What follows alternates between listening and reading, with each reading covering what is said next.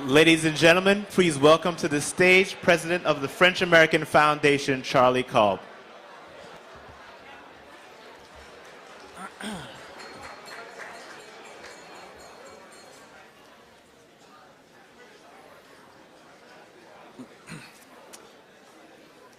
Thank you all. Thank you all very much. Ladies and gentlemen, good evening. My name is Charles Kolb, and I'm honored to be the president of the French-American Foundation in the United States. On behalf of our board members and staff, I would like to welcome you to this evening's gala. After last November's early snowstorm on the night of our gala, we prudently felt that a spring celebration, even with rain, would ensure better weather. Tonight, we celebrate the French-American partnership and the strong bonds that exist between our two countries. And as I trust everyone knows, we celebrate today not only the transatlantic partnership between France and the United States, but also the 69th anniversary of D-Day. Our Young Leaders program last year included an unforgettable and moving visit to the Normandy beaches, where we saw firsthand in places like Omaha Beach and Pointe du Hoc the courage, valor, and sacrifice that were made to preserve freedom. One of our guides was a Frenchman, André Heinz, who was there when the Allied troops came ashore. So let us take this occasion to recognize and give thanks for their bravery and their success. They are heroes who, to quote President Franklin Roosevelt, set upon a mighty endeavor to set free a suffering humanity. Tonight we celebrate the work of the French-American Foundation, and in doing so, we want to thank our many supporters, the individuals, companies, and foundations who enable us throughout the year to continue our activities. This year, I would like to thank specifically our dinner co-chairs, Alan Chapin, Gary Cole, Mary Noel Pierce, and Rick Thoman, for their efforts to make this evening such a success. Board member Paul Bird was extraordinary in his efforts on our behalf. Special thanks go to Debevoise and Plimpton, the Estee Lauder companies, and Air France. I hope that you will enjoy this evening's outstanding French and American wines provided by our honoree Jean-Charles Boisset, the CEO of Boisset Family Estates.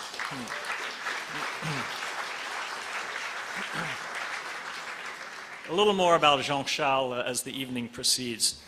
Throughout the year, the French-American Foundation sponsors several programs and activities designed to highlight the high level of exchanges between France and the United States. Our Young Leaders program, now in its 32nd year, is perhaps our most visible endeavor. We now have some 400 Young Leader alumni in both countries, including one former United States president and the current president of France.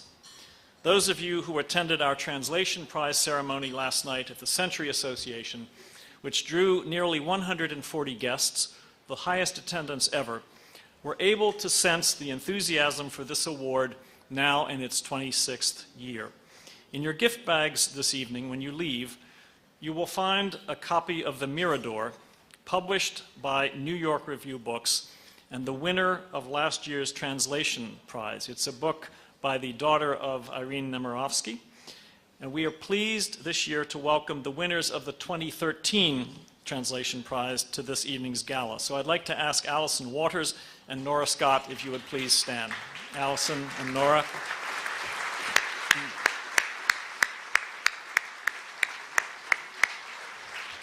Alison is the winner of the Fiction Translation Prize, and Nora is the winner in Nonfiction. Congratulations to you both. This fall, our Defense Symposium will once again take place in Washington, D.C. to address cybersecurity issues. Our Sustainable Cities program will continue on both sides of the Atlantic, and for the second year in November, we will present awards in our Immigration Journalism Fellows program. While the U.S. economy finally shows some modest signs of recovery, the French economy has dipped back into recession. Now, I am an optimist, and I believe that the efforts underway to promote greater competitiveness, entrepreneurism, and labor market reforms will bear fruit and foster much-needed economic growth in France.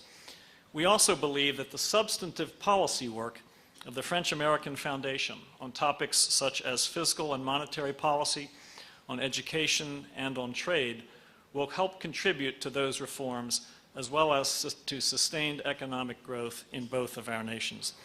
The French-American Foundation exists. We exist to strengthen the relations between our two countries. The French-American Foundation matters because the high-level exchanges that we foster among leaders, current and potential, create vital communications networks that are important in addressing a range of common domestic and international concerns. The main part of our celebration this evening is to recognize the individuals and companies who have made important contributions to the French-American relationship and, in so doing, have sustained our work. We are honored to present our Benjamin Franklin Award to two global business statesmen, Henri Lachmann of Schneider Electric and Olivier Zarouati of Zodiac Aerospace. Our Vergennes Award this year goes to Bob Silvers, the founder and editor of the New York Review of Books, which this year celebrated its 50th anniversary. Now, Bob, I have to tell the audience what I said to you a few weeks ago when we met at the investiture ceremony for Yves-André Istel. I said, Bob, every 2 weeks for 40 years you have made my life miserable. That's how long I've been reading the New York Review of Books. The problem is I want to stop everything I'm doing, stop my work, and read the wonderful publication, and then I go out and buy the books, either hard copies or on the Kindle. But in all sincerity, you produce, I think, the greatest literary magazine in the world. And congratulations on 50 years of just outstanding success, and we're pleased to have you with us tonight.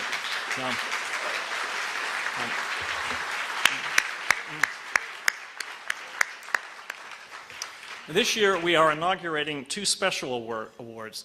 The first recognizes the ongoing contributions of a Young Leader alumnus, and the second highlights an example of real French-American partnership of excellence. This year, our new awards will go to Academy Award-winning filmmaker Charles Ferguson and winemaker and entrepreneur extraordinaire Jean-Charles Boisset, who I have taken to calling the James Bond of Burgundy and Buena Vista.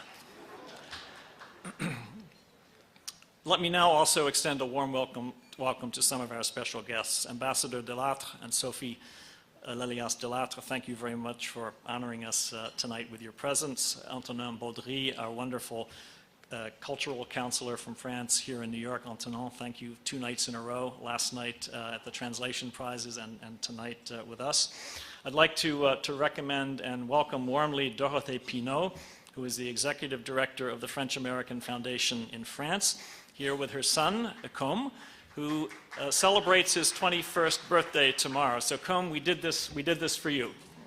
Welcome. I'd also like to welcome Gillian Tett from the Financial Times. Gillian, welcome and thanks for being here. And best-selling author and friend Philip Howard. A warm welcome to good friends Sarah and Landon Rowland from Kansas City, Missouri.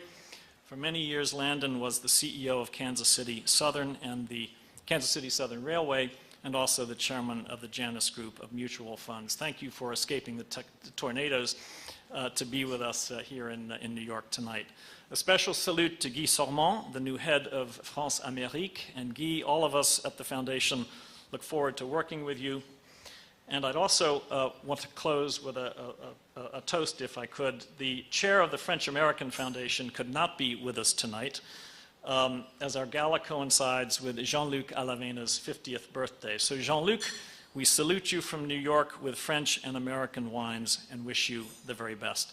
Ladies and gentlemen, thank you for coming. I hope you will enjoy this evening. It is now my pleasure to introduce the chairman of the board of the French-American Foundation, Alan Chapin. Thank you. Alan?